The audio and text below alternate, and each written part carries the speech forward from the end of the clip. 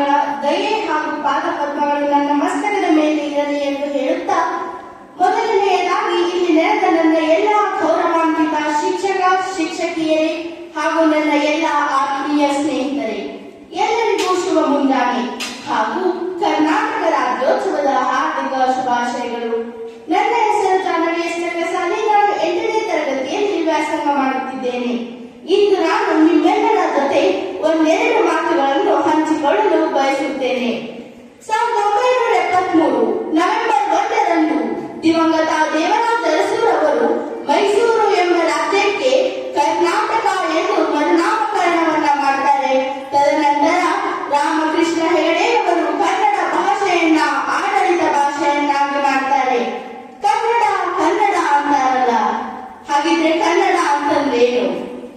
ಕನ್ನಡ ಅಂತಂದ್ರೆ ಕಷ್ಟದಲ್ಲಿ ನಗುವುದನ್ನು ದಡ್ಡನಿಗೂ ಹೇಳಿಕೊಡುವ ಭಾಷೆ ಅಂತಂದ್ರೆ, ಕಷ್ಟದಲ್ಲಿ ನಗುವುದನ್ನು ದಡ್ಡನಿಗೂ ಹೇಳಿಕೊಡುವ ಭಾಷೆ ನಮ್ಮ ಹೆಮ್ಮೆಯ ಕನ್ನಡ ಕನ್ನಡ ಅಂತ ಹೇಳ್ಬಹುದು. ನಮ್ಮ ಕನ್ನಡ ಭಾಷೆಗೆ ಸುಮಾರು 2500 ವರ್ಷಗಳಷ್ಟು ಇತಿಹಾಸವಿದೆ. ಕ್ರಿಸ್ತ ಶಕ 450ರ ಹಲ್ಮಿಡಿ ಶಾಸನವೂ ಸಹ ಕನ್ನಡದ ಪ್ರಾಚೀನತೆಗೆ ಸಾಕ್ಷಿಯಾಗಿದೆ. ನಮ್ಮ ಕನ್ನಡ ಭಾಷೆಯನ್ನ 3 ವಿಂಗಡಣೆಗಳಾಗಿ ವಿಂಗಡಿಸುತ್ತಾರೆ. ಯಾವುವು? ಅವುಗಳಂದ್ರೆ ಹಳೆಗನ್ನಡ, ಮಧ್ಯಗನ್ನಡ ಮತ್ತು ಆಧುನಿಕ ಕನ್ನಡ. ನಮ್ಮ ಕನ್ನಡ ನಾಡಿನ ಹಲವಾರು ಕವಿಗಳು ತಮ್ಮ ಹಾಡುಗಳ ಮೂಲಕ ಹಲವಾರು ಸಂದೇಶಗಳನ್ನ ನೀಡುತ್ತಾರೆ.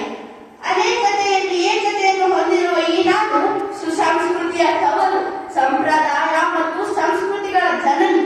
ಇಲ್ಲಿ ಅನೇಕ ಧರ್ಮಗಳು, ಹಿಂದೂ, ಮುಸ್ಲಿಂ, ಕ್ರೈಸ್ತ, ಸಿಖ್ ಹೀಗೆ ಅನೇಕ ಜಾತಿಗಳು ಇದ್ರೂ ಸಹ ಎಲ್ಲರೂ ಅಣ್ಣ ತಮ್ಮಂದಿರಂತೆ ಬದುಕುತ್ತಿರುವುದು ಇಡೀ ಜಗತ್ತಿಗೆ ಮಾದರಿ.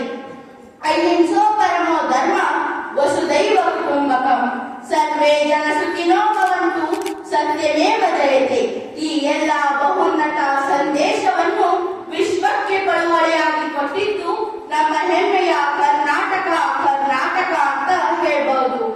ಇತ್ತೀಚೆಗೆ ಬೆಂಗಳೂರಂತಹ ನಗರಗಳಲ್ಲಿ ನಮ್ಮ ಕನ್ನಡ ಸಿಕ್ಕು ಅತ್ತಕ್ಕಿ ಎಕ್ಕಡ ಇತ್ತಕ್ಕಿ ಎನ್ನಡ ನಡುವೆಯೋಳ್ ಕನ್ನಡ, ಅದಕ್ಕೆ ಸಿರಿಗನ್ನಡಂ ಗಲ್ಗೆ ಎಂಬಂತಾಗಿದೆ. ಕನ್ನಡದ ನಾಡು, ಕನ್ನಡದ ಭಾಷೆ ನಮ್ಮ ಹೆಮ್ಮೆ, ನಮ್ಮ ಆಸೆ. ಹಳ್ಳಿ ಹಸು, ಹಸಿರೇ ಹಸಿರು, ಸಂಗೀತದ ಸೌಂದರ್ಯ, ನಾಡಿನ ದಿವ್ಯಸು ಎಂದು ಹೇಳುತ್ತಾ ಇಲ್ಲಿ ನನಗೆ ಮಾತನಾಡಲು ಅವಕಾಶ ನೀಡಿದ ತಮ್ಮೆಲ್ಲರಿಗೂ ವಂದನೆಗಳನ್ನು ತಿಳಿಸುತ್ತಾ ನಾನು ನನ್ನ ಭಾಷಣವನ್ನು ಮುಗಿಸುತ್ತೇನೆ. ಜೈ ಹಿಂದ್, ಜೈ ಕರ್ನಾಟಕ ಮಾತೆ.